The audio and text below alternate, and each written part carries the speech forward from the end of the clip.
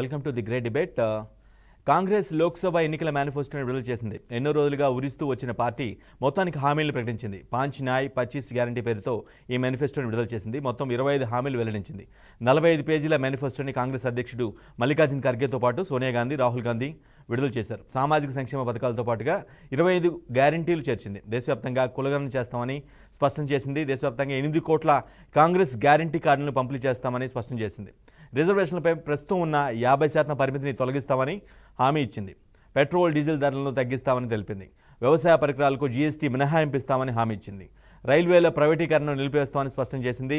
యువతకు 30 లక్షల ఉద్యోగాలు కల్పిస్తామని వెల్లడించింది. రైట్, ఇది ఈరోజు చర్చించబోతున్న టాపిక్. ప్రధానంగా కాంగ్రెస్ మేనిఫెస్టోని ఏదంటే దశాబ్దాల పాటు దేశాన్ని పాలించినటువంటి కాంగ్రెస్ గత 10 ఏళ్ళుగా అధికారానికి దూరమైంది. ఈ నేపథ్యంలో ఎట్టి పరిస్థితుల్లో ఈసారి అధికారాన్ని దక్కించుకోవాలని ఒక ప్లాన్ ఆఫ్ యాక్షన్తో వెళ్తూ ఉంది. అందులో భాగంగానే కీలకమైనటువంటి ఓటర్లని ఆకట్టుకునేందుకు ఒక మేనిఫెస్టోను రిలీజ్ చేసింది జాతీయ కాంగ్రెస్. ఈ మేనిఫెస్టో అంటే పార్టీ అధికారంలోకి వచ్చినట్లయితే ఖచ్చితంగా తాము ఇచ్చిన మేనిఫెస్టోను అమలు చేసి చూపిస్తామని, సో ఈ అంశాలు మేము చేయబోతున్నామని ఒక క్లియర్ కట్ ఇండికేషన్ ఇచ్చింది. రేపు తుక్కుగూడ కాంగ్రెస్ జనసేన సభ వేదికకు కూడా ఈ మేనిఫెస్టోని ఇంకా క్లియర్ కట్గా వివరించే ప్రయత్నం చేయబోతూ ఉంది. ఇదే దేశవ్యాప్తంగా ప్రజలకి అఫ్కోర్స్ ఈరోజు అఫీషియల్గా ఒక ప్రకటన రిలీజ్ చేసినప్పుడు కూడా కొన్ని మేనిఫెస్టో గురించి ఆ పార్టీ నేతలు మాట్లాడినప్పుడు కూడా రేపు సభా వేదికగా దేశం మొత్తానికి దేశ ప్రజలందరూ కూడా మేనిఫెస్టో యొక్క ప్రాధాన్యతను వివరించబోతూ ఉన్నారు. రైట్, ఇదే ఇవాటి గ్రేట్ డిబేట్. కాంగ్రెస్ ప్రకటించిన ఈ జాతీయ మేనిఫెస్టో జనాలను ఆకట్టుకుంటుందా? 10 ఏళ్ల పాటు అధికారానికి దూరమైన కాంగ్రెస్ మళ్ళీ ఈ మేనిఫెస్టోతో అధికారంలోకి వచ్చే అవకాశం ఉందా? ఎంత మేరకు అధికార పక్షం పైన ప్రభావం చూపే అవకాశం ఉంటుంది? ఈ అంశాలపై ఈరోజు డిబేట్ కొనసాగించబోతున్నాం. డిబేట్లో పాల్గొనేందుకు మనతో పాటుగా ప్రముఖ విశ్లేషకులు లక్ష్మణ్ గారు ఉన్నారు. అదేవిధంగా బీజేపీ నుంచి అమర్నాథ్ గారు, అదేవిధంగా బీఆర్ఎస్ నుంచి శ్రీనివాస్ రెడ్డి, కాంగ్రెస్ నుంచి దిలీప్ కుమార్ గారు అందరూ సిద్ధంగా ఉన్నారు. రైట్, డిబేట్ని స్టార్ట్ చేసే ముందు మేనిఫెస్టో రిలీజ్ తర్వాత ఖర్గే, కాంగ్రెస్ జాతీయ అధ్యక్షుడు ఖర్గే ఉన్నారు. అదేవిధంగా అగ్రనేత ఏఐసీసీ అగ్రనేత రాహుల్ గాంధీ మేనిఫెస్టో గురించి ఏం చెప్పారనేది ఒకసారి విని డిబేట్ స్టార్ట్ చేద్దాం. में से 25 गारंटी निकलते हैं. हर 25 गारंटी ने किसी ना किसी को लाभ मिलने का इसके अंतर्गत यहाँ पर हमारे मैनिफेस्टो में भी है और इसके लिए जो हम पहले से ही करते हुए आए हैं वो भी हमने इसका उल्लेख किया है. मैं कुछ बातें आपके सामने रखना चाहता हूं. खासकर युवा न्याय के तहत हर शिक्षित युवा की पहली नौकरी अप्रेंटिसशिप के साथ पक्की हो जाए, ऐसी एक गारंटी हम दे रहे हैं. और उसके लिए हम 1 लाख रुपए, उसके लिए हम एक अप्रेंटिसशिप कोर्स करने वालों को खर्च करेंगे. और इससे ये फायदा होगा, किसी ना किसी जगह उसको पक्की नौकरी मिलेगी, क्योंकि ये स्किल डेवलपमेंट के तहत और बहुत से इंडस्ट्रीज में इनको काम मिलेगा. नारी न्याय के तहत गरीब परिवार की महिला को सालाना 1 लाख की मदद देंगे. गरीब परिवार की महिला को सालाना 1 लाख की मदद देंगे.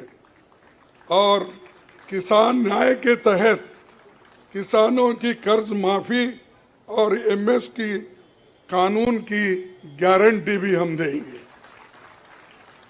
This election is about those who are trying to destroy the constitution and destroy democracy in this country versus those who are trying to protect the constitution and protect democracy in this country. We do believe that it is very important, once this fight is won, that we look after the interests of the vast majority of our people, that India is not run for 2 or 3 large conglomerates, large businesses, that it is run for the vast majority of people, that we are not a nation of monopolies, we are a nation where there is fair competition among businesses. So I think it's important to understand that this election is a fundamentally different election. I don't think democracy has been as much at risk, the constitution has been as much at risk as it is today.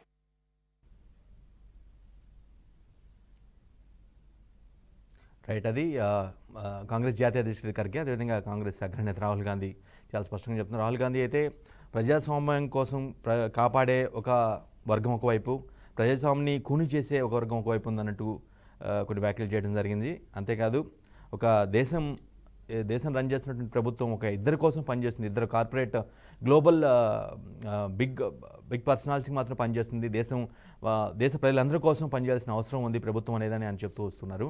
అదేవిధంగా ఖర్గే ఆయన మేనిఫెస్టోలో ఉన్నటువంటి హామీల గురించి వివరించే ప్రయత్నం చేశారు. Right, ఇదే అంశంపై డిబేట్ కొనసాగిద్దాం. ముందుగా కాంగ్రెస్ నేత దిలీప్ కుమార్ గారు, ముందుగా మీకే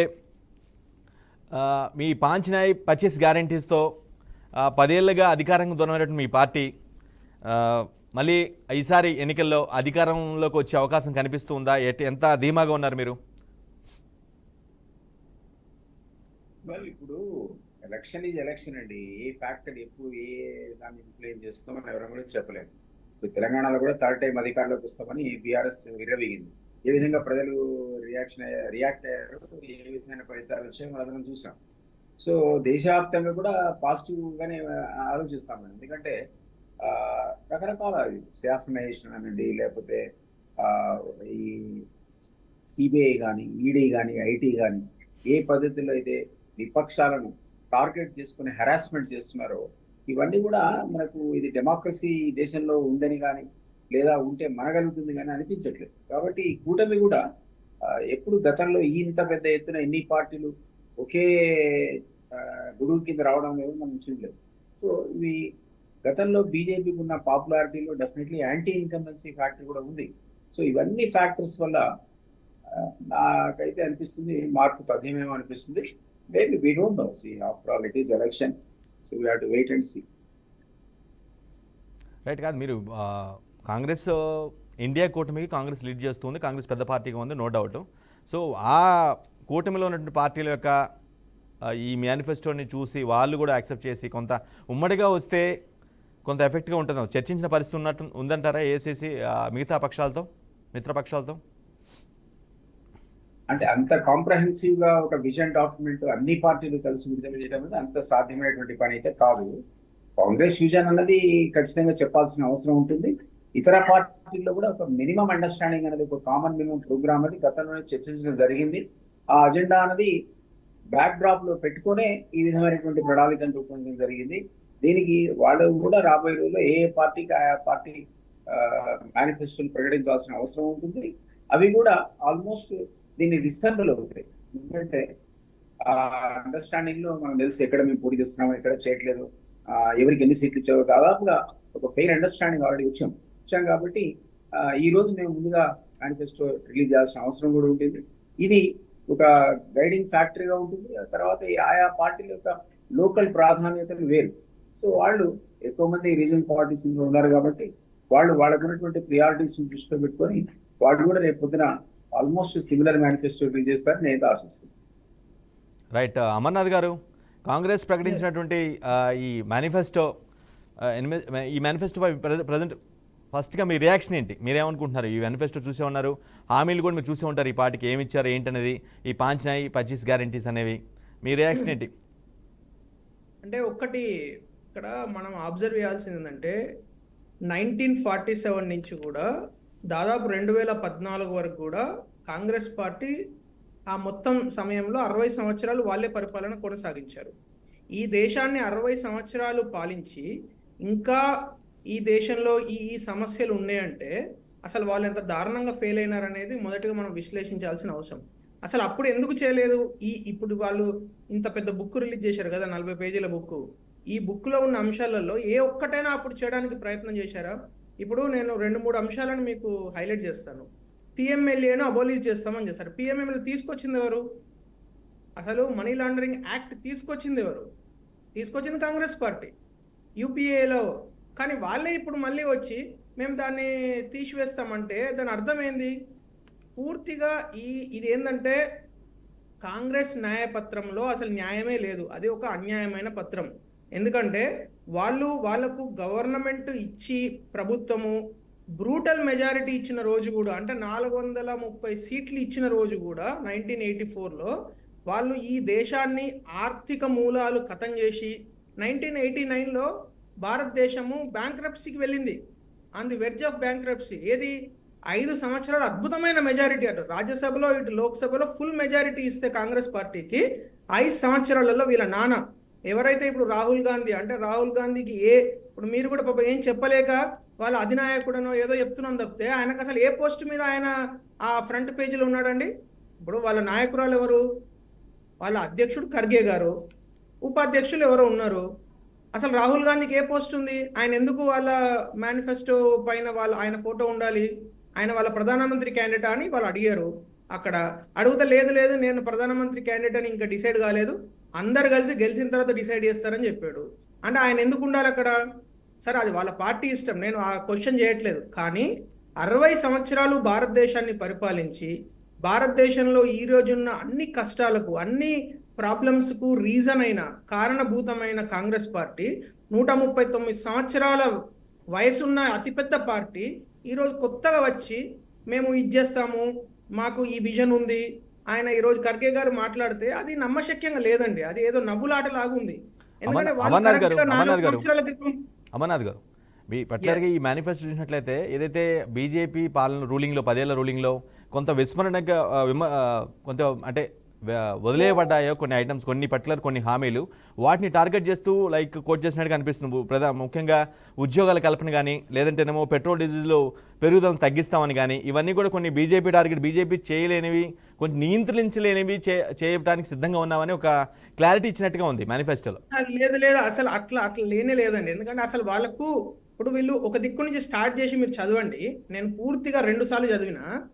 ఇప్పుడు ఒక పాయింట్ ఏం చెప్తారు, 50% అంటే రాజ్యాంగాన్ని మార్చేసి, డాక్టర్ బిఆర్ అంబేద్కర్ రాసిన ఈ రాజ్యాంగాన్ని, దానిలో వారు ఎంతో ఆలోచించి కాన్స్టిట్యూంట్ అసెంబ్లీలో పదే చర్చించిన అనేక అంశాలను ఈరోజు ఏదో just stroke of their pen they want to change everything. ఎట్లా సాధ్యమండి అది? ఇప్పుడు దాని మీద చాలా సుప్రీంకోర్టు జడ్జిమెంట్స్ కూడా ఉన్నాయి. అలాంటి దాన్ని మేము అమెండ్ చేసేస్తాము, ఈ రాజ్యాంగాన్ని మార్చేసి మేము మన వీళ్ళకు మైనారిటీలకు రిజర్వేషన్ కల్పిస్తాము, అట్లాంటి అంశాలన్నీ దాన్ని చేర్చారు. అది ఎట్లా చేశారు? దాన్ని ఒక పార్ట్ ఏమో ఫస్ట్ చాప్టర్లో ఉంటుంది, దాని ఇంకో పార్ట్ ఏమో 3వ చాప్టర్లో ఉంటుంది. మీకు వచ్చినట్టుగా అమర్నాథ్ గారు మీకు వచ్చినట్టుగా అబ్సల్యూట్ మెజారిటీ వస్తే అది సాధ్యమే కదా రాజ్యాంగం మార్చుకోవటం అంటే? అదేనండి, రాజ్యాంగాన్ని మార్చడం తప్పు కాదు, 106 సార్లు అమెండ్ చేశాం. కానీ ఫండమెంటల్ ప్రిన్సిపల్స్ను మార్చేసి మొత్తానికే రాజ్యాంగాన్ని తూచని పక్కన పెట్టిది ఎప్పుడు జరగలేదు. అట్లా 1976లో ఒక ఆవిడ చేసింది, ఆవిడ పేరు ఇందిరాగాంధీ. ఆవిడ భారతదేశాన్ని ఎమర్జెన్సీ అనే ఒక మురికి కూపంలోకి నెట్టి 2 సంవత్సరాలు భారతదేశంలో 50 లక్షల మందిని కటకటాల వెనుకకు పంపించింది. సో అది మళ్ళీ ఆ చీకటి రోజులు మనం జ్ఞాపకం చేసుకోవాలని వాళ్ళ ఉద్దేశం. అది కాదు కదా, అది మనం అందరం ఒప్పుకోం కదా. ఇక్కడ రాజ్యాంగాన్ని గౌరవించే పార్టీలుగా మేమైనా, రాజ్యాంగాన్ని గౌరవించే మీడియా ప్రతినిధులైన మీరైనా ఎవరు ఒప్పుకోరు. ఎందుకంటే ఇప్పుడు వాళ్ళు మాట్లాడేది ఏంది? Just to summarise my point, number 1, అసలు వాళ్ళకు అన్నిసార్లు అవకాశం కల్పించినా కూడా ఇన్ని సమస్యలకు కారణం కాంగ్రెస్ పార్టీ, అది వాళ్ళు ఫస్ట్ రియలైజ్ కావాలి. 2, ఈరోజు భారతదేశం గత 10 సంవత్సరాల్లో ఎన్నడూ చూడనటువంటి అద్భుత విజయాలను చూస్తున్న ఈ తరుణంలో ఇన్ఫ్లేషన్ కావచ్చు, అంటే ఎకనామిక్ ఆస్పెక్ట్స్ మీరు చూడండి, inflation under control, growth rate కావచ్చు, మొత్తం ప్రపంచం 2%, 2.5% ఈ రోజులలో 8% గ్రోత్ భారతదేశం ప్రభుత్వం మీద మీరు ప్రభుత్వం మీద చాలా ఆరోపణలు ఉన్నప్పుడు కూడా ప్రధానంగా ఎక్కువ వినిపించేది ఏంటంటే ప్రైవేటీకరణ చేస్తున్నారు, అన్ని సంవత్సరాలు ప్రైవేటీకరణ చేస్తున్నారు, అదొకటి. అదే పెట్రోల్ డీజిల్ ధరలు విపరీతంగా పెంచేసుకున్నారు, ఏమాత్రం తగ్గించలేదు అనేది ప్రధానంగా. ఈ రెండింటికి చెక్ పెట్టేలాగా కీలకమైన డెసిషన్ తీసుకున్నట్టుగా అనిపిస్తుంది మేనిఫెస్టోలో. ఏం చేశారండి? ఇప్పుడు నేను మీకు ఒక క్వశ్చన్ ఇస్తా, నేను మీకే కాదు, ఈవెన్ కాంగ్రెస్ పార్టీ రేవంత్ రెడ్డి గారికి, ఇక్కడ మన ప్రతినిధి ఎవరైతే ఉన్నారో దిలీప్ గారికి కూడా ఒక క్వశ్చన్ చేస్తాను. వాళ్ళు నిజంగా 50% మహిళలకు గవర్నమెంట్ జాబ్స్లో ఇవ్వాలనుకుంటే వాళ్ళు ఇప్పుడు పరిపాలిస్తున్న 3 రాష్ట్రాల్లో ఇవ్వలేరా? దాని రాజ్యాంగం అయితే ఆపుతలేదు కదా, ఏ కోర్టు కూడా ఇప్పటివరకు దానికి అగేన్స్ట్గా తీర్పు ఇవ్వలేదు కదా. నా ఛాలెంజ్ ఏంటంటే, ఇప్పటి వరకు వాళ్ళు ఏదో పెద్ద జాబ్ క్యాలెండర్ రిలీజ్ చేశారు కదా తెలంగాణలో, ఆ జాబ్ క్యాలెండర్లో ఎందుకు 50% మహిళలకు రిజర్వేషన్ అని కల్పించలేదు? సరే, అప్పుడు ఏదో మర్చిపోయినారు అనుకుందాం, ఇప్పుడు కల్పించండి, మేము స్వాగతిస్తాం కదా, వి విల్ సపోర్ట్ దట్. అసలు అది చేయండి ఫస్ట్. మేమేం చేయలేదు. ఇప్పుడు మేము క్వశ్చన్ చేసేది ఏంటంటే మీరు కమిట్ చేసి మీరే దాన్ని ప్రామిస్ మీరే చేసి మీరే దాన్ని మీట్ కాకుంటే మీ తప్పైతుంది. రైట్. ఇప్పుడు మేము చెప్పింది ఏంది, మేము 50% ఇస్తామని చెప్పారు, ₹1,00,000 ఇస్తామని చెప్పారు. ఒక్కొక్క మహిళ ఒక్కొక్క కుటుంబానికి, పేద కుటుంబానికి ₹1,00,000 సంవత్సరానికి ఇస్తామని చెప్పారు. ఈ ₹1,00,000 ₹2,500 నెలకు తెలంగాణలో ఇస్తామని చెప్పారు. సరే, నేను 4 నెలలే అయింది, దిలీప్ గారు చెప్పొచ్చు ఇప్పటి వరకు ఇంకా ఆళ్ళు చూలు లేదని చెప్పొచ్చు. కానీ అయినా కూడా దాన్ని క్వశ్చన్ చేయాల్సిన బాధ్యత మా మీద ఉన్నది. వాళ్ళు ఖచ్చితంగా దాన్ని రిసీవ్ చేసుకోవాల్సిన బాధ్యత వాళ్ళ మీద ఉంది. దిలీప్ గారు వాళ్ళు ఇప్పటివరకు ఏం అమర్నాథ్ చేశారో అమర్నాథ్ గారు రైట్ చేసిన పాయింట్స్ నిజంగా మీరు ఎక్కడైతే రాష్ట్రాల్లో అధికారంలో ఉన్నారో అక్కడికి మీరు చెప్పిన హామీలు కనుక అమలు చేసినట్లయితే ఏదంటే ఇప్పుడు మేనిఫెస్టోలో ప్రకటించిన ఏదైతే ప్రజాకర్షక హామీలు ఉన్నాయో అవి కనుక మీరు అమలు చేసి చూపిస్తే ఇంకా మీకు మైలేజ్ ఎక్కువ ఉంటుంది కదా దిలీప్ గారు. నన్ను అడుగుతున్నారా? దిలీప్ గారు మీకే. యా, డెఫినెట్లీ మీరు అన్నది పాయింట్ ఉంది. But this the vision document what we are going to do అన్నది కదా. గతంలో మీరు చేసింది మేము చేసిన డిబేట్ కాదు ఇది. దీని మీద విశ్లేషణ జరిగి ఒకవేళ మేము చేయకపోతే చేస్తామనేటువంటి ఒక అజ్యూరెన్స్. సో దాంట్లో తప్పేమిటది? మేము ఇప్పుడు ఈ రోజు ఉన్నటువంటి అధికారంలో చేసి ఉండకపోవచ్చు, అక్కడ ఇక్కడ కలిపి చేస్తుండొచ్చు కదా. దాని అయితే మీరు అప్డేట్ చేయలేదు కదా. సో ఈ డాక్యుమెంట్ అనేది ఒక టైప్ ఆఫ్ విజన్ డాక్యుమెంట్. గతంలో మీరు అంటుండొచ్చు, మీరు గతంలో ఇది చేశారు, అది చేయలేదు, మీరు అవినీతి ఆరోపణలు, మీరు ఎన్నో హామీలు గుర్తించారు. అవన్నీ రివ్యూ చేసుకొని ఏది మేము చేయలేదు, ఎక్కడ తప్పులు చేసామో, ఎందుకు మేము ప్రజల ఆదరణ కోల్పోయాము, వాటన్నిటి సవరించుకునేటువంటిదే ఈ డాక్యుమెంట్. ఇది virtually it's vision document for fourth coming period. అది మాకు మీరు అధికారం ఇస్తే ఇది చేయదలుచుకున్నాం అనేది, అందులో మేము ప్రజల్లో చేసిన తప్పులు సరి చేసుకునేటువంటిది కూడా ఆలోచించుకుని ఇది ప్రకటిస్తాం. కాబట్టి మీరు నిన్న ఎందుకు చేయలేదు, మొన్న చేయలేదు, ఆ గవర్నమెంట్ మీరు చేయొచ్చు కదా అంటే ఇట్స్ నాట్ అప్లికబుల్ నౌ. రేపటి సంగతి గురించి మాట్లాడుతున్నాం, రేపు మేము ఈ రకంగా వస్తున్నాం ప్రజల ముందుకి అంటున్నాం. అందులో రకరకాల హామీలు ఇవ్వడంలో తప్పు ఉంటుంది అనేది అనుకుంటున్నాం. రైట్. లక్ష్మణ్ గారు మీరు ఈ కాంగ్రెస్ మేనిఫెస్టో గురించి వినే ఉంటారు, చూసే ఉంటారు, చదివే ఉంటారు. రైట్. ఇప్పుడున్న పరిస్థితుల్లో ఈ మేనిఫెస్టో ద్వారా ఈ మేనిఫెస్టోలో పెట్టినటువంటి హామీలు కానీ ఇవన్నీ కూడా ఆచరణ సాధ్యమేనా?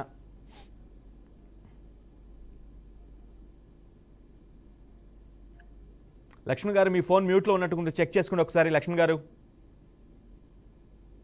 మ్యూట్లో తీసేశాను. Right. Clarity. Right. Congress party ప్రస్తుత బీజేపీ ప్రభుత్వం మీద అనేక విమర్శలు చేస్తున్నది. మొదటిగా ఏంటి, మీరు అప్పులు ఎక్కువ చేశారు అని చెప్పి ఆరోపణ చేస్తున్నారు. మరి ఇవాళ మేనిఫెస్టో చూస్తే కాంగ్రెస్ పార్టీది మరి ఏ విధంగా నిధులు సమకూరుస్తారు అవన్నీ నెరవేర్చడానికి, ఏ విధంగా సోర్సెస్ ఉన్నాయి అన్నది కాంగ్రెస్ పార్టీ ఏం చెప్పడం లేదు. ఒక పేద మహిళ అంటే బిలో పావర్టీ తీసుకున్నాం, పోనీ అందరు మహిళలు కాదు, బిలో పావర్టీ అని. బిలో పావర్టీ ప్రతి మహిళకు ₹1,00,000 అంటే బిలో పావర్టీ ఎంత శాతం ఉంది, అందులో ఎంతమంది మహిళలు ఉన్నారు, ఎన్ని వేల కోట్లు, వేలు కాదు లక్షల కోట్లు ఇవ్వాల్సి వస్తుంది ప్రతి సంవత్సరము. ఇప్పుడు ఏ విధంగా ఆ నిధులని కాంగ్రెస్ పార్టీ సమకూరుస్తుందో కూడా చెప్పాలి కదా, రెవెన్యూ ఎలా వస్తుందో చెప్పాలి కదా, అది చెప్పలేదు. అలాగే పెట్రోల్ డీజిల్ తగ్గించేస్తామన్నారు. సామాన్యంగా రోజు వారి అంశం అంటే ప్రతిరోజు మనం నిత్యం దాని గురించి ఆలోచిస్తాం, అరే తగ్గిస్తే బాగుంటుంది అని. ఓకే, ప్రజలందరూ కూడా ఎదురు చూస్తారు తగ్గిస్తే బాగుంటుంది, తగ్గిస్తామంటున్నారు. అంతర్జాతీయ క్రూడ్ ఆయిల్ యొక్క వాళ్ళ యొక్క ఏవైతే రేట్లు ఉన్నాయో దానికి అనుకూలంగానే ఇక్కడ ట్యాక్సులు వేసి, కేంద్ర ప్రభుత్వం ట్యాక్స్ వేస్తుంది, రాష్ట్ర ప్రభుత్వం వేస్తుంది వ్యాట్ అని, పెట్రోల్ రేట్లు పెరిగిపోయి ఉన్నాయి. ఆ క్రూడ్ ఆయిల్ యొక్క వాళ్ళు నిర్ణయించే ధరలను ఎవరు ఏం చేయలేరు. దాని మీద సబ్సిడీ ఇవ్వడమా లేదా దాని మీద ట్యాక్సులు పూర్తిగా తీసేయడమా అనేది జరగాలి. అంటే మీ రేటు తగ్గిస్తామంటే సబ్సిడీ అన్న ఇవ్వాలి, లేదు అంటే ట్యాక్సులు మొత్తం తీసేయాలి. ట్యాక్సులు తీసేస్తే అటు రాష్ట్ర ప్రభుత్వాలు అంగీకరిస్తాయా? ట్యాక్సులు తీస్తే రాష్ట్ర ప్రభుత్వాలకు వస్తున్న ఆదాయ వనరుల్లో చాలా ఇంపార్టెంట్ అది పోతుంది. కేంద్ర ప్రభుత్వం ఆదాయ వనరుల్లో కూడా అది కూడా ఇంపార్టెంట్, అది పోతుంది. మరి దాని ప్లేస్లో రెవెన్యూ ఎలా వస్తుంది, అది మీరు ఎలా తగ్గిస్తారు అనేది కూడా వివరించాలి కదా ప్రజలకు. మేము ఈ విధంగా చేయగలుగుతాం, చూడండి మా దగ్గర ఈ మంత్రదండం ఉంది, నేను ఇలా చేయగలుగుతాను అంటే జనం నమ్ముతారు. ఇక్కడ కొన్ని అంశాలు ఓకే, కొన్ని అంశాలు అమలు చేయడం సాధ్యం ఉంటుంది. జమ్మూ కాశ్మీర్లో స్వతంత్ర ప్రతిపత్తి తీసుకొస్తాం అంటారు. అంటే కేవలము ఒక మైనారిటీ యొక్క ఓట్లను ఆకర్షించడానికి మాత్రం తప్ప అది ప్రాక్టికల్ గా సాధ్యమవుతుందా ఇప్పుడున్న పరిస్థితుల్లో? ఇవన్నీ కూడా ఏం ఆలోచించకుండా బీజేపీకి కౌంటర్ గా ఇవన్నీ మేము చేస్తాము అని ఇప్పుడు రాష్ట్ర ప్రభుత్వాలు ఎట్లయితే డబ్బులు మేము ఇస్తాము, మీ ఇంట్లో వేస్తాము, బటన్ నొక్కుతామని ఆశ చూపి ఓటర్లను ఆకర్షించుకుంటున్నారో, అలా దేశ స్థాయిలో ఆకర్షించాలనే ప్రయత్నం వాళ్ళు చేస్తే మరి ఫైనాన్షియల్ పొజిషన్ ఏంటి అనేది చాలా ఇంపార్టెంట్ కదా. రాష్ట్రానికైనా ఒకవేళ అవసరమైతే కేంద్రం ఆదుకుంటుందేమో కానీ, అయ్యా బాబు మేము ఇబ్బందుల్లో ఉన్నాం, నష్టాల్లో ఉన్నాం అంటే ఇప్పుడు ఒకసారి బీహార్ కు 1,00,000 కోట్ల ప్యాకేజ్ ఇచ్చారు, అలా ఇవ్వచ్చేమో కానీ కేంద్రానికి ఎవరిస్తారండి? అంటే వీళ్ళు చైనా నుంచి ఏమైనా అప్పు తీసుకొస్తారా, లేదంటే చైనా మనకేమన్నా నోట్ల కట్టాలు ముద్రించి పంపించేస్తుందా మన దేశానికి? చెప్పాలి కదా జనానికి. లక్ష్మణ్ గారు, జనరల్గా మేనిఫెస్టో అనేది వాళ్ళు ఒక అంచనా వేసుకొని చెప్పి ఇలాంటి పథకాలు ఖచ్చితంగా ప్రజలను ఆకర్షిస్తాయని ఒక ప్లాన్ చేసుకొని గీస్తూ ఉంటారు. ఆ ఇంప్లిమెంట్ సంబంధించి మొత్తం కూడా తర్వాతే చూసుకుంటారా? మేబీ మేనిఫెస్టోలో క్లారిటీ ఇవ్వరు, ఇంప్లిమెంటేషన్ గురించి ఏ మేనిఫెస్టో కూడా క్లారిటీ ఇవ్వదు అనేది నా ఒపీనియన్. మీరేమంటారు? అది ఇవ్వరు కాబట్టి జనం నమ్మాలి కదా, ఇస్తే నమ్ముతారని నేను అంటున్నా. ఇవ్వకపోతే జనం నమ్మద్దు. ఏమో వీళ్ళు వస్తే కనుక పెట్రోల్ 100 రూపాయలు ఉన్నది, 110 ఉన్నది, 50 రూపాయలకి ఇస్తారేమో అని ఊహించుకుంటారా? ఎట్లా ఇస్తారో చెప్తే అప్పుడు నమ్ముతారు కదా. అవును 50 రూపాయలకి ఇస్తారు అని ఎట్లా ఇస్తారో చెప్పాలి కదా. చెప్పకుండా మేము తగ్గిస్తాము అనేసి ఊరికి వదిలేస్తే తర్వాత మేము క్యాలిక్యులేషన్ చేసుకుంటాము, ఏం చేయాలో తర్వాత చూసుకుంటామంటే నమ్మాలి కదా. ఇప్పుడుండే పరిస్థితుల్లో ఇప్పుడు అదే బీజేపీ ప్రభుత్వము అలాంటి హామీలు ఇచ్చి వాళ్ళు కూడా ఏదైనా రేపుతన తప్పు చేస్తే కూడా వాళ్ళు కూడా జవాబు చెప్పాల్సిన అవసరం ఉంది ప్రజలకి. అలివిగాని రాయితీలు ప్రకటిస్తే ఏ విధంగా ఆర్థిక సంక్షోభం నుంచి బయటపడతారు?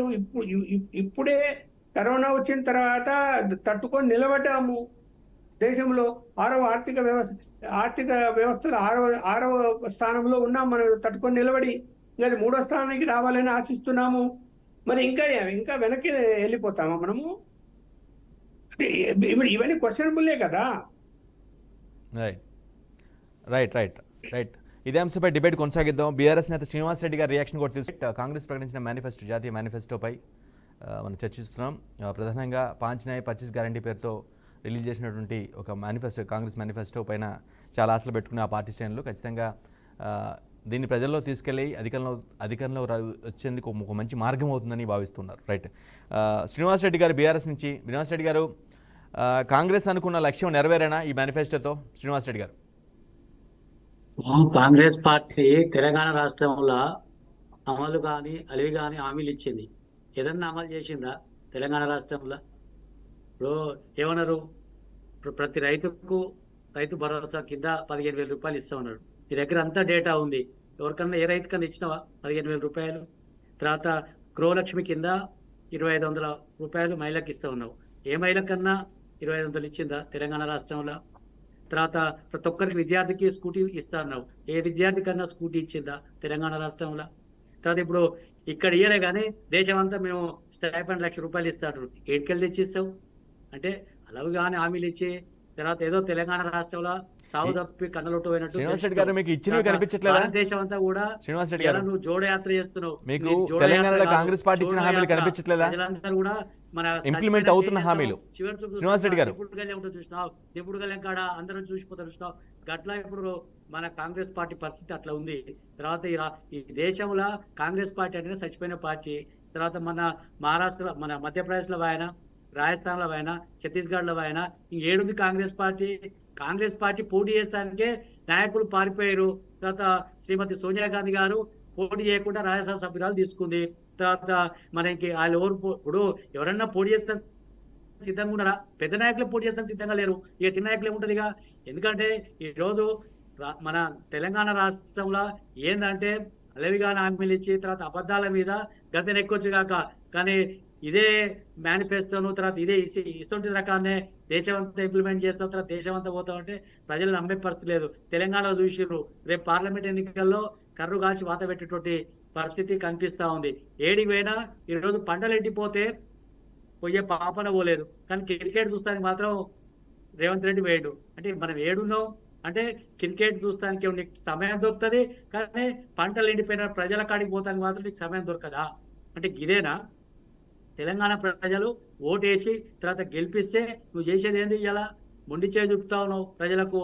తర్వాత తెలంగాణ రాష్ట్రంలో రైతు అరిగోస తీస్తుండు, రైతు ఇబ్బందుల పాలవుతుండు, రైతు పంట పండక, తర్వాత వేసిన పంట చేతికి అందక, తర్వాత నష్టపోయి రైతు దిగాల పరిస్థితి ఉంటే ఏ ఒక్క మంత్రి కూడా వారిని పరామర్శిస్తానికి పోరు.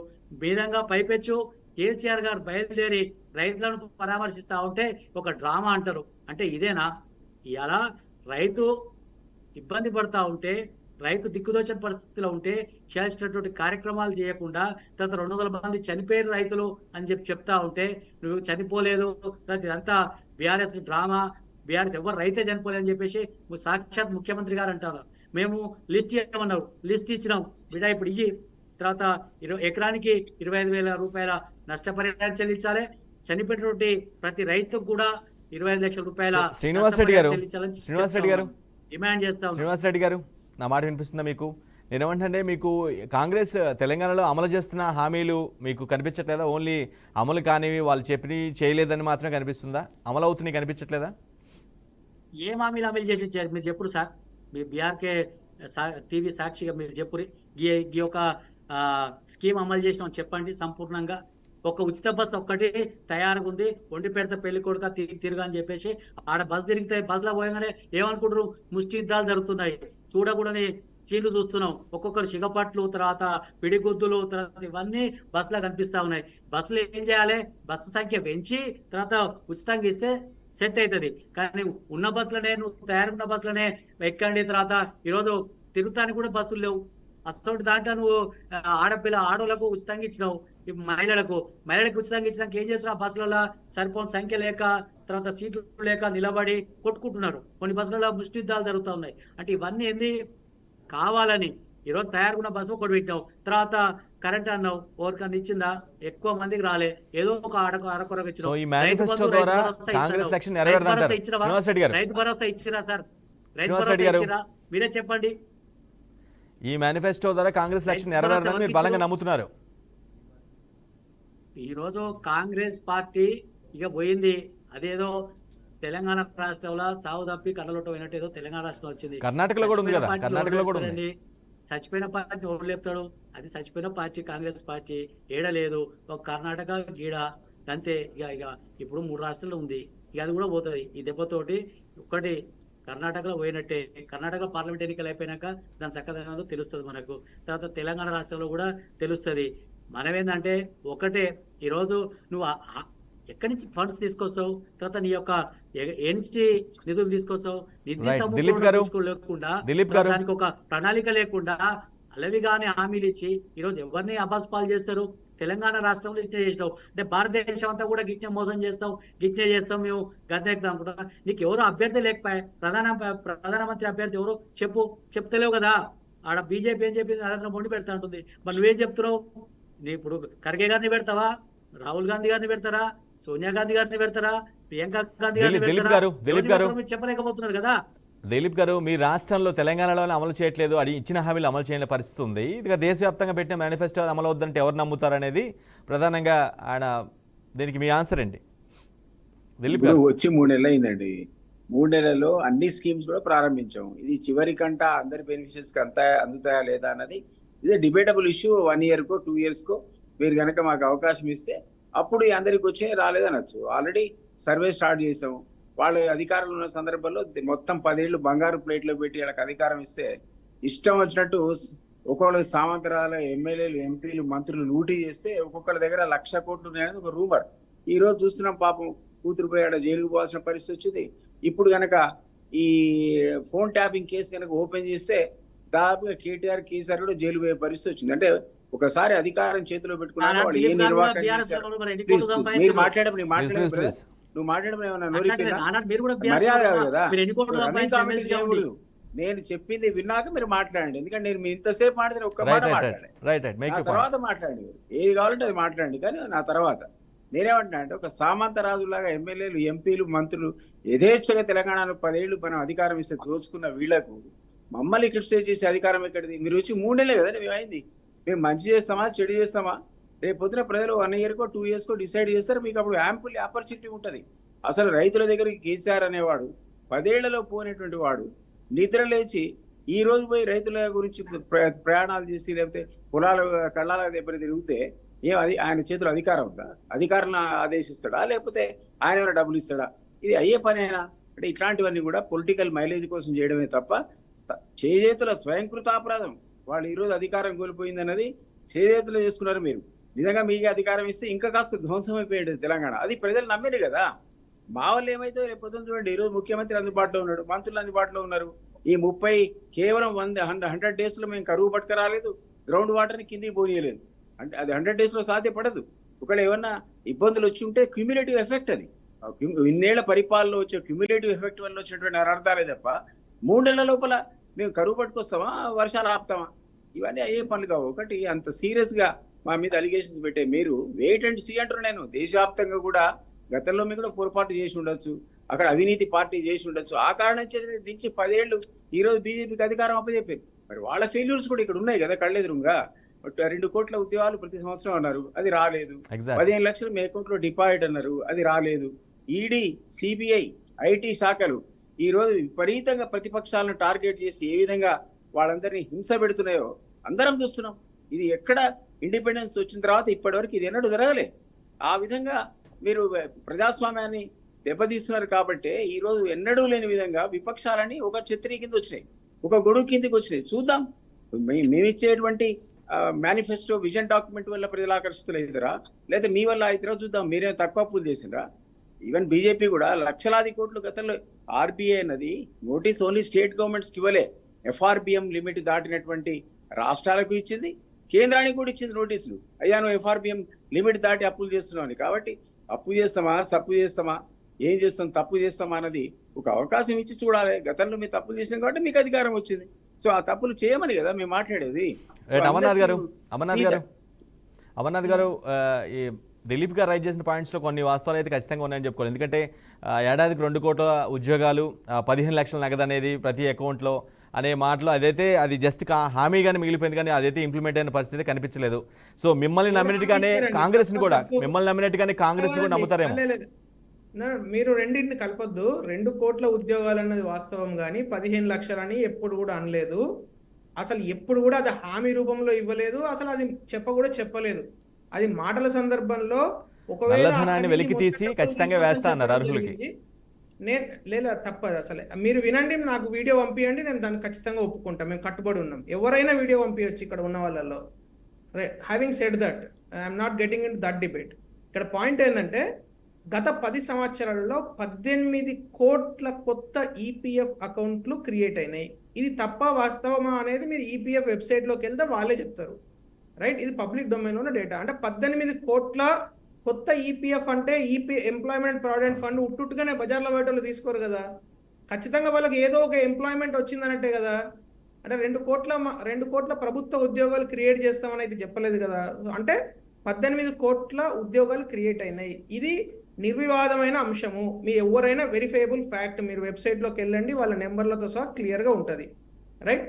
నెంబర్ 2, ఇప్పుడు దిలీప్ గారు చెప్పినా, లేకుండా రేవంత్ రెడ్డి గారు చెప్పినా, లేకుండా వాళ్ళ ఖర్గే గారు చెప్పినా, వాళ్ళు మాట్లాడే మాటలకు ప్రజలలో విశ్వాసం లేదు.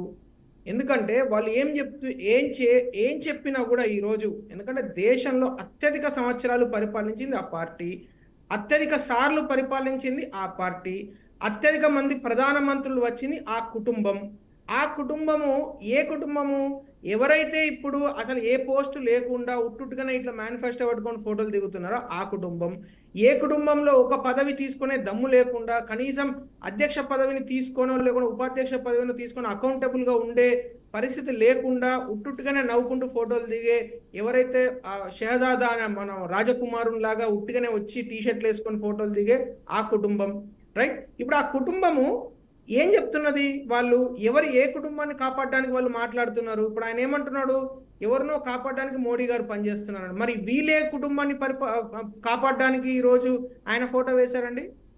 నేను అనే పాయింట్ ఏంటంటే, భారతీయ జనతా పార్టీ తరఫున మేము అడిగేది ఏంటంటే, అసలు మీరు ఈ మేనిఫెస్టోను నమ్మశక్యంగా తీసుకురాలేదు. ఫస్ట్ ఆఫ్ ఆల్ ప్రజలలో మీ పార్టీ పైన పూర్తి స్థాయిలో నమ్మకం పోయింది. పోయిన పార్టీలో ఇప్పుడు వాళ్ళు ఏం చేయాలి? వాళ్ళు రియాలిటీకి దగ్గరలో, అంటే ప్రజలు ఏం కోరుకుంటున్నారో దానికి దగ్గరలో గిట్ట వాళ్ళు కొన్ని అంశాలను చేకూర్చుంటే బాగుండేది. కానీ పూర్తిగా యాంటీ హిందూ, అంటే అమర్నాథ్ గారు దేశవ్యాప్తంగా కాంగ్రెస్ ఇంపాక్ట్ ఎలా ఉన్నా కదా, తెలంగాణలో మాత్రం ఖచ్చితంగా మీకంటే బెటర్ పొజిషన్, బెటర్ ఎడ్జే ఉంటుందేమో. అది చెప్తున్నాను, బెటర్ ఉండే అవకాశం లేదు అని చెప్తున్నాను. ఎందుకంటే గత 100 సంవత్సరాలలో ఇప్పుడు వాళ్ళకు నేను వెరీ రీసెంట్లీ అంటే వికీపీడియా పేజీలో మీరు కూడా వెళ్ళి చూడొచ్చు. వికీపీడియా పేజీలో రేవంత్ రెడ్డి గారి పేజీలో నేను ప్లే టూల్స్ చూస్తుండే. డిసెంబర్ 2023 వరకు కూడా ఆయన పాపులారిటీ ఈజ్ వెరీ ఎక్స్ట్రీమ్లీ లో, one of the lowest. Sudden గా ఆయన చీఫ్ మినిస్టర్ అయిండు. ఏదో ఒక ఈక్వేషన్ లో ప్రజలు విపరీతమైన విసిగెత్తి ఉన్న గవర్నమెంట్ మీద సరే ఏదో ఒకటి పోనీ వీళ్ళకి వేద్దామని గ్రామీణ ప్రాంతాలలో వేసినందువల్ల ఆయన చీఫ్ మినిస్టర్ అయిన తర్వాత ఆయన ఏం చేయాలనో అది చేయట్లేదు. గత 100 సంవత్సరాలలో ఏ పొరపాట్లు జరిగినాయి, ఎన్ని పొరపాట్లు జరిగినాయి మీరు కావాలంటే లెక్క పెట్టండి. ఇప్పటివరకు కాళేశ్వరం మీద సరైన అవినీతి విచారణ జరగట్లేదు. ఇప్పటి వరకు ఏ స్కామ్ మీద కూడా, అంటే శివబాలకృష్ణ హెచ్ఎండిఏ స్కామ్ కావచ్చు, గొర్రెల స్కామ్ కావచ్చు, కాళేశ్వరం కావచ్చు, మొన్నటికి మన ఫోన్ ట్యాపింగ్ అవ్వచ్చు, ఏ విచారణ కూడా అధికారుల వద్దనే ఆగిపోతున్నది. అది కూడా లో లెవెల్ అధికారుల వద్ద. అంటే సెటిల్మెంట్ అయిందా మేము అడుగుతాం కదా, అలిగేషన్ చేస్తాం కదా. మీరు అంటే సెటిల్మెంట్ చేసుకున్నారా? ఇప్పటి వరకు మీరు టాప్ పీపుల్, అంటే ఎవరైతే గత 10 సంవత్సరాల అధికారాన్ని పూర్తిగా ఒక కుటుంబ రాజ్యాంగ పరిపాలన చేసిన, ఒక అరిస్టోక్రాటిక్ మోడల్లో పరిపాలించిన ఒక కుటుంబాన్ని మీరు క్వశ్చనే చేయట్లేదు. అంటే మీ చిత్తశుద్ధి లేదన్నట్ట అవినీతి పైన. ఇదంతా క్వశ్చన్ చేయాల్సిన అవసరం ఉంది కదా. రైట్. మనం మాట్లాడుతున్న సబ్జెక్ట్ లో ఇప్పుడు వీళ్ళు న్యాయం చేస్తాం అని మాట్లాడుతున్నారు కదా. ఈ న్యాయం ఎవరికి చేస్తారు? ఎవరైతే ముద్రా లోన్లు తీసుకొని అద్భుతంగా 50,000 రూపాయలు 2 లక్షల లోన్లు తీసుకొని మంచి వ్యాపారాలు చేస్తున్న వాళ్ళకు న్యాయం చేస్తారా? ఎవరైతే స్వనిధి స్కీమ్ కింద ఎప్పుడు అంటే గిర్వీ లోన్లు తీసుకొని 10% వడ్డీ కట్టే వాళ్ళు ఈరోజు 1% కన్నా తక్కువ వడ్డీ కట్టుకుంటూ 10,000, 30,000, 50,000 లోన్లు తీసుకున్న కూరగాయల షాప్ వల్ల, లేకుంటే హాకర్సా, వీళ్ళందరి మీద మీరు న్యాయం చేస్తారు? ఎవరికి న్యాయం చేస్తారు? మీరు ఎవరికి న్యాయం చేయాలి అసలు? ఎవరికి న్యాయం చేయాలంటే మీ వల్ల అనేక సార్లు గవర్నమెంట్లు మీరు డిస్మిస్ చేసినప్పుడు, ఎవరైతే మంచి గవర్నమెంట్లు నడిపించే ఒక పార్టీలను సర్వనాశనం చేసినందుకు మిమ్మల్ని చేయాలి. అవినీతి పార్టీలను పెంపొందించేందుకు మీరు న్యాయం చేయాలి. ఎవరికి న్యాయం చేస్తారు? అసలు మీరు చేసిందే అన్యాయం. ఈ 75 సంవత్సరాలుగా కాంగ్రెస్ పార్టీ ఈ దేశానికి ఏదైనా చేసిందంటే అన్యాయం, హిందువులకు ఏదైనా చేసిందంటే అన్యాయం. ఈరోజు చూడండి ఎంత అన్యాయం అంటే, మీరు చూసుంటారని నేను అనుకుంటున్నాను. ముస్లిం పర్సనల్ లాను మళ్ళీ తీసుకొస్తాము అంటే ఏంది? ట్రిపుల్ తలాక్ను రివర్స్ చేస్తారని దాని అర్థం. ఆ తర్వాత ఆర్టికల్ 15, 16, 17, 28, 29, 30, 31 ఇవన్నిటిని కూడా స్టెబిలైజ్ చేస్తూ, అంటే వాటిని లింక్ చేస్తూ ముస్లిం పర్సనల్ లాస్ను అంటే షరియా చట్టాన్ని తీసుకొస్తామని వాళ్ళు చెప్తున్నారు. అంటే ఏందండి, ఎక్కడికి వెళ్తున్నది ఇది? 1947 మేనిఫెస్టోనా 2024 మేనిఫెస్టో? మీ పాయింట్ అర్థమైంది అమర్నాథ్ గారు.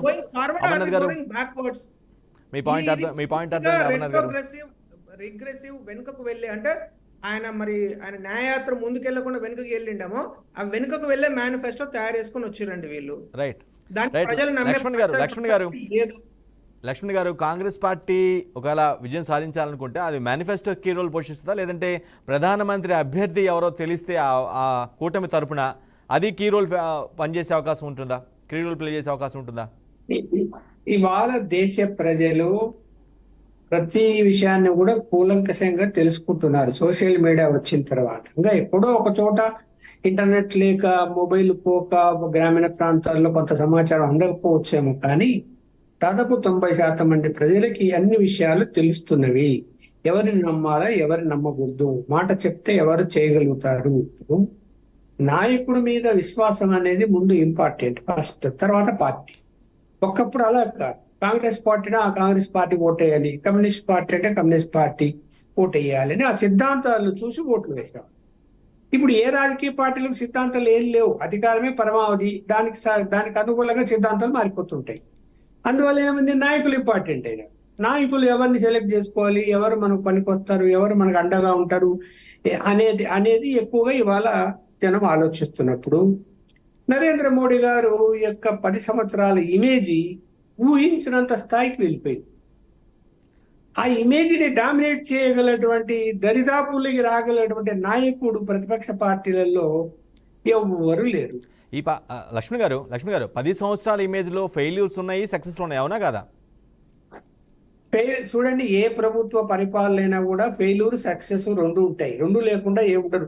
ఇప్పుడు ఎన్నికల ముందు మేనిఫెస్టో కానీ లేకపోతే వెనక ఏదైనా వాగ్దానాలు కానీ చేసే ముందు గెలవాలనే ఉద్దేశంతో కొన్ని తప్పుడు వాగ్దానాలు చేస్తారు, కొన్ని తెలియక కూడా అంటే అవగాహన లేకుండా కూడా వాగ్దానాలు చేస్తారు. ఆ వాగ్దానాలన్నీ నిలబెట్టుకోలేని పరిస్థితి కూడా వచ్చిన కూడా జనం ఇవాళ మళ్ళీ రెండోసారి ఎందుకు నరేంద్ర మోడీ గారికి వేశారు ఓటు? అంతకుముందు కాంగ్రెస్ పార్టీకి ఎందుకు రెండోసారి మన్మోహన్ సింగ్ అప్పుడు 2 సార్లు ఎందుకు మళ్ళీ కాంగ్రెస్ గెలిచింది అంటే మనం ఏం సమాధానం చెప్పలేము. ప్రజల యొక్క మూడ్ అలా ఉంటుంది. ఒక్కోసారి గెలిపించాలి అనుకున్నప్పుడు గెలిపిస్తారు, ఓడగొట్టాలనుకున్నప్పుడు ఓడగొడతారు. కానీ ఇవాళ బీజేపీ యొక్క ప్రభుత్వాన్ని ఓడగొట్టాలి అంటే ప్రజలకు ఆ కోపం ఉండాలి కదా, వ్యతిరేకత ఉండాలి. అంత వ్యతిరేకత ఇవాళ దేశంలో ఎక్కడ కనపడడం లేదు. కనపడినప్పుడు అవతల పోనీ ఆయన మీద వ్యతిరేకత లేదు, ఇంకా రాబోయే నాయకుడి మీద అనుకూలంగా ఉండి ప్రేమ ఉండి ఈయన రావాలి, ఈయన వస్తే ఇంకా బాగుంటుంది ఈ దేశము అని నమ్మితే వేస్తారు ఓట్లు. ఆ నాయకుడు ఏది మరి ఎక్కడ కనిపిస్తున్నాడు? మనకు కనిపించడం లేదు కదా. 62% నరేంద్ర మోడీ గారికి నాయకత్వాన్ని లేదా ప్రధానమంత్రి నాయక మళ్ళీ అది కూడా చెప్తూ ఉంటే 18% దగ్గర రాహుల్ గాంధీ ఎందుకు ఆగిపోయాడు సర్వేలలో? ఎక్కడ తేడా, ఎంత తేడా ఉంది? ఏ విధంగా ముందుకు రాగలుగుతాడు? ఇప్పుడు మళ్ళీ ఏం చెప్తున్నాడు? పోనీ ఆయనే ప్రధానమంత్రి అని టేకప్ చేసేసి ముందుకెళ్తే కొంత యువత వాళ్ళు అట్రాక్ట్ అవుతారు, పార్టీ బలపడుతుంది అనుకుంటే నేను కాదు ప్రధానమంత్రి, ఎన్నికలు అయిపోయిన తర్వాత ఇండియా కూటమి నిర్ణయిస్తుంది అని చెప్తున్నాడు. అయిపోయా. ఇంక ఇక్కడేమో క్లియర్ గా మా ప్రధానమంత్రి నరేంద్ర మోడీ గారే మళ్ళీ అని చెప్తున్నారు కదా. అది చాలా బాగా బలంగా పనిచేస్తుంది. ఇప్పుడు చేయలేదని అనుకోవడం పొరపాటు. ఫెయిల్యూర్స్ ఉన్నాయి, కాదని నేను చెప్పను. ఫెయిల్యూర్స్ ఉన్నా కూడా నాయకత్వం అన్ని చేయలేరు కొన్ని సందర్భాల్లో. తర్వాత అభ్యర్థి ప్రకటిస్తే ప్రధానమంత్రి అభ్యర్థిని ప్రకటిస్తే లక్ష్మి గారు ప్రధానమంత్రి అభ్యర్థిని ప్రకటిస్తే మాత్రం కొంత ఇంపాక్ట్ ఉండే అవకాశం ఉందంటారు. ముందుగానే ప్రకటిస్తే బేరీజ్ వేసుకుంటారు జనం ఏంటి అని. ఇప్పుడు ఏదైనా నాయకత్వం నాయకుడిని పట్టే కదా నడుస్తుంది. ఎందుకు కొన్ని ప్రాంతాల్లో 5 సార్లైనా 7 సార్లైనా కూడా కంటిన్యూగా ఓడిపోకుండా నాయకులు గెలుస్తుంటారు. 35-40 సంవత్సరాలైనా కూడా ఓటమి లేకుండా గెలిచిన నాయకులు ఉన్నారు కదా ఈ దేశంలో. ఎమ్మెల్యేలు కానీ ఎంపీలు కానీ ఎందుకు ఓట్లేస్తున్నారు జనం అక్కడ? మరి అంటే విశ్వాసం అనేది అంత సులభం. అంటే జనరేషన్లు మారినా కూడా విశ్వాసం తగ్గలేదు. ఆ విశ్వాసం అనేది ఎక్కువ పనిచేస్తుంది. రైట్. శ్రీనివాస్ రెడ్డి గారు, కాంగ్రెస్ పార్టీ డెడ్ పార్టీ అని చెప్పి కాంగ్రెస్ పార్టీ దేశంలో లేదు అని చెప్తున్నారు శ్రీనివాస్ రెడ్డి గారు. కానీ ఇక్కడ మాత్రం తెలంగాణలో మాత్రం ఖచ్చితంగా ఇంపాక్ట్ బాగా ఎక్కువ ఉన్నట్టుగా ఉంది మీ పార్టీతో కంపేర్ చేసుకుంటే కాంగ్రెస్కి. ఒకటండి, కేంద్రంలో రాహుల్ గాంధీ గారేమో ఈడీ వద్దు అని చెప్తాడు, తర్వాత ఈయనేమో ఈడీ కావాలని చెప్తాడు ఓరు మన రేవంత్ రెడ్డి గారు. తర్వాత కేంద్రంలో ఏమో బీజేపీ గవర్నమెంట్ కేవలం ఇద్దరిని పెంచి పోషిస్తూ ఉంది, ఆదాన్ని అంబానీని. తర్వాత ఇక్కడనేమో తెలంగాణలో ఏమో రేవంత్ రెడ్డి గారు దావోస్ పోయి ఆయన దగ్గర అలాయ్ బలాయి తీసుకుంటాడు. అంటే ఒకటి మనం మన రాహుల్ గాంధీ గారు చేసేది ఒకటి ఉంటుంది, ఈడ రేవంత్ రెడ్డి గారు చేసేది ఒకటి ఉంటుంది. ఇక మన ఆయనకి ఈడేమంటుండే మొత్తం కూడా రాష్ట్రంలో కాంగ్రెస్ పార్టీ మొత్తం కూడా బీజేపీని ఎత్తుకొని భుజాల మీద ఎత్తుకొని తిరుగుతూ ఉంది. తర్వాత మన మీటింగ్ లో చూసినాం మనం రాష్ట్ర అవసరాల కోసం, రాష్ట్ర ప్రయోజనాల కోసం శ్రీనివాస్ రెడ్డి గారు రాష్ట్ర అవసరాల కోసం, రాష్ట్ర ప్రయోజనాల కోసం ప్రధానమంత్రి కలిసి తప్పే ఉంది. గుజరాత్ మోడల్ కావాలంటాడు. అంటే నువ్వు అంటే నీకు కాంగ్రెస్ పార్టీ చెప్పింది అడుగుతున్నావు ఇవాళ నువ్వు మొత్తం నీకు సొంత ఏజెండా ఉంది. భారతీయ జనతా పార్టీ ఏం చెప్తే గదే రేవంత్ రెడ్డి చేస్తుండు. బి టీమ్ గా వ్యవహరిస్తా ఉంది కాంగ్రెస్ పార్టీ తెలంగాణ రాష్ట్రంలో. తర్వాత ఆడ కేజ్రీవాల్ని అరెస్ట్ చేస్తేనేమో అది చేయొద్దు, తర్వాత ఇది తప్పు అంటారు. ఇక్కడ మన కవిత గారిని అరెస్ట్ చేసినామో బాగా చేశారు అరెస్ట్, తర్వాత ఇది సమమే అంటారు. అంటే ఇది ఎక్కడదా? అంటే ద్వంద్వ వైఖరి వ్యవహరిస్తారు. ఇదే కాంగ్రెస్ పార్టీ అంటే దేశంలో ఒకటి, తర్వాత తెలంగాణ రాష్ట్రంలో ఒకటి. అంటే దేశవ్యాప్తంగా జాతీయ పార్టీ లేకపోతే నీది ఏమైనా ప్రాంతీయ పార్టీ లేకపోతే ప్రాంతానికి ఒకటి రకంగా వివరించే తీరు ఉంటుందా? తర్వాత మనం ఏమంటున్నాం, ఆదాన్ని మాకు కావాలంటారు. ఆదాని గారు చేసేటోటి మేము ఇక్కడ కేసీఆర్ గారు కూడా చెప్పారు, తెలంగాణ ప్రయోజనాల కోసం ఎవరు వచ్చినా మేము వ్యతిరేకిస్తామని చెప్పినాడు. తర్వాత ఇలా నువ్వేం చేస్తున్నావు, తెలంగాణ ప్రజలు పక్కకు పెట్టిన తర్వాత నాకు సొంత ఎజెండా మోడీ గారు చెప్పిందే నాకు వేదం అని చెప్పేసి ఇలా మన ఆదాని అంబాన్ని కౌగిలించుకుంటున్నావు. తర్వాత కార్యక్రమాలు చేస్తా ఉన్నావు. అంటే ఇవాళ మీరు ఏం చేస్తున్నట్టు, ఒకటి బీజేపీకి పెద్దపీట వేస్తున్నట్టే కదా. తర్వాత బీజేపీ కావాలని చేస్తున్నావు. ఇవాళ ఏంది, భారతీయ జనతా పార్టీకి వెన్నుదండుగా ఉండాలని చెప్పేసి మా పార్టీలకి వెళ్ళి తీసుకుపోయే అభ్యర్థులను అక్కడ పెడుతున్నావు. అంటే అభ్యర్థులు గీలే కదా, మళ్ళా గీలేక బీఆర్ఎస్కి వెళ్ళి పోయిన వాళ్ళే మళ్ళీ పోటీ చేసేది. శ్రీనివాస్ రెడ్డి గారు, క్యాండిడేట్ గారు, ఈ భారతీయ జనతా పార్టీ క్యాండిడేట్ లేరు, కాంగ్రెస్ క్యాండిడేట్ లేరు, లేకనే బీఆర్ఎస్ మీరు ఎన్ని ఎలిగేషన్స్ చేసినా, ఎంత తక్కువగా మాట్లాడినా మీకంటే బలంగానే ఉందనేది ప్రస్తుతం తెలంగాణ అయితే మీకంటే బలంగానే ఉంది. ఎక్కువ సీట్లు మీకంటే ఎక్కువ వస్తాయి అనేది ఒక బలమైన వాదన. తేడా కదా, మాకైనా 1.8% తేడా. ఈ రోజు నీ సక్కదనం అంతా 3 నెలలు అర్థమైపోయింది. కాంగ్రెస్ పార్టీ యొక్క సక్కదనం అంతా 3 నెలలు తెలిసిపోయింది. ఈ రోజు గ్రామాలలో చెప్తా ఉన్నారు, రైతులు చెప్తారు, రైతులు అడగండి ఏం చెప్తారో, తర్వాత కర్షకులను అడగండి ఏం చెప్తారో, వంట వండేటువంటి తర్వాత మహిళను అడగండి ఏం చెప్తుందో. మేము కాంగ్రెస్ పార్టీకి ఓటేసి తప్పు చేసినాం అయ్యా, ఇప్పటికైనా బుద్ధి చేసుకుంటాం, చెంపలు వేసుకుంటాం అని చెప్పేసి ఓ యువకుడు చెప్తా ఉన్నాడు. నిరుద్యోగ యువకుడు ఏమన్నారు, ఉద్యోగాల కోసం అప్లై చేసుకుంటున్నట్టు. ఆఖరికి ఉద్యోగాల కోసం అప్లై చేసుకునే దానికి కాంపిటేటివ్ ఎగ్జామ్స్ కూడా 1000 రూపాయలు వేస్తుంది. అంటే ఇవాళ ఏంది, ప్రతి ఒక్కరి దగ్గర జేబుకు చిల్లుబడాలి, ఏదో రకంగా ఖజానా నింపుకోవాలన్నటువంటి అర్థం. ఈడ నువ్వు అందరికీ ఏమో ఉద్యోగాలు ఇస్తున్నావు, ఉద్యోగాలు 200 ఉండే మన అప్లికేషన్ ఫారానికి, ఇవాళ 1000 రూపాయలు చేసినావు. అంటే 2 ఉద్యోగాలు చేసిన అప్లై చేసుకున్నావు, ఇద్దరు గతంలో 300 ఉండే, ఇలా 2000 రూపాయలు అయిపోయింది. అంటే ఇవాళ ఏంది, కేవలం తెలంగాణ రాష్ట్రంలో తర్వాత నిరుద్యోగ యువకులను మోసం చేసినావు, తర్వాత ఉద్యోగస్తులను మోసం చేసినావు, కార్మికులను మోసం చేసినావు, తర్వాత రైతాంగాన్ని మోసం చేసింది, అన్ని రంగాలను మోసం చేసినటువంటి భారతదేశంలో ఏదైనా పార్టీ ఉందంటే అది కాంగ్రెస్ పార్టీ. కాంగ్రెస్ పార్టీ ఇటు తర్వాత బీజేపీ పార్టీ. తర్వాత బీజేపీకి తక్కువేం లేదు, బీజేపీ కూడా గతంలో ఏమన్నది, ఇద్దరికే దోచిపెట్టింది. ఎవరికి, ఆదాని అంబానికి, వాళ్ళని మాత్రం బలంగా చేసేది. ఆయన కొడుకు చేస్తే దేశం అంతా చేసిండు. తర్వాత అన్ని కోట్లు సంపాదించుకో అని చెప్పేసి, తర్వాత ప్రతి ఒక్కరి అకౌంట్ల జన్ధన్ ఖాతా, అందరూ ఖాతా ఓపెన్ చేయండి, మీ యొక్క ఖాతాలో డబ్బులు వేస్తామని చెప్పారు. తర్వాత పెట్రోల్ డీజిల్ ధర పెరిగే. తర్వాత మన సీతక్క అన్నది, గతంలో మన ఎలక్షన్ కాకతోలుగా సీతక్క ఉన్నది, తెలంగాణ రాష్ట్రంలో వ్యాట్ తీసే మన జిఎస్టీ తీసేస్తే సరిపోతుంది అని చెప్పి, మరి వాళ్ళు తీసేస్తున్నావు జిఎస్టీ, తీసేయి. మరి నువ్వెక్కినవా గద్దెని, తీసేయి. కానీ ఎంత ఏంటంటే అమర్నాథ్ గారు సమయం ఇచ్చిపోతుంది. అమర్నాథ్ గారు చెప్పండి. రైట్, ఇప్పుడు చేసిన కామెంట్స్, శ్రీనివాస్ రెడ్డి చేసిన కామెంట్స్లో వాస్తవం లేకపోలేదు అనుకుంటున్నాను నేను. బీజేపీ గురించి చేసిన కామెంట్స్లో దేశం మొత్తంలో అత్యంత వేగంగా దిగజారుతున్న పార్టీ ఏదైనా ఉన్నదంటే అది బీఆర్ఎస్ పార్టీ. దాని గురించి వాటి మాట్లాడుకోవడం వేస్ట్, టైం వేస్ట్. ఎందుకంటే ఈ రోజు వాళ్లకు క్యాండిడేట్లు లేరు, ఆ క్యాండిడేట్లు లేని వాళ్ళకు కూడా ఆయన మా దాంట్లోకి తీసుకుపోయారు. ఏ పార్టీ, టీఆర్ఎస్ పెట్టుకోలేదా? నల్గొండల మన హుజూర్నగర్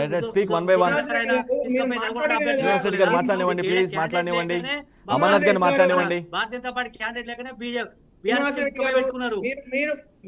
మీ నాయకులు బి వినోద్ గారు కామెంట్ ఏంటంటే, మా పార్టీ 3వ స్థానంలో ఉంది, మేము 2వ స్థానంలో ఉండడానికి ప్రయత్నం చేస్తున్నాం అని ఆయనే చెప్పిండు. నేను మాట్లాడిన మాట కాదు. మీరు మీ వినోద్ గారి 64 డిపాజిట్ రాలే, 64 ఎమ్మెల్యే సీట్లలో డిపాజిట్ రాలే బీజేపీకి. మీరు కూడా గిట్లా మాట్లాడితే ఎట్లా అన్న? మీ నాయకుడు అన్నాడు సీట్లు మా నల్గొండ జిల్లాలో నీకు ఒక్క కాడ డిపాజిట్ రాలేదు,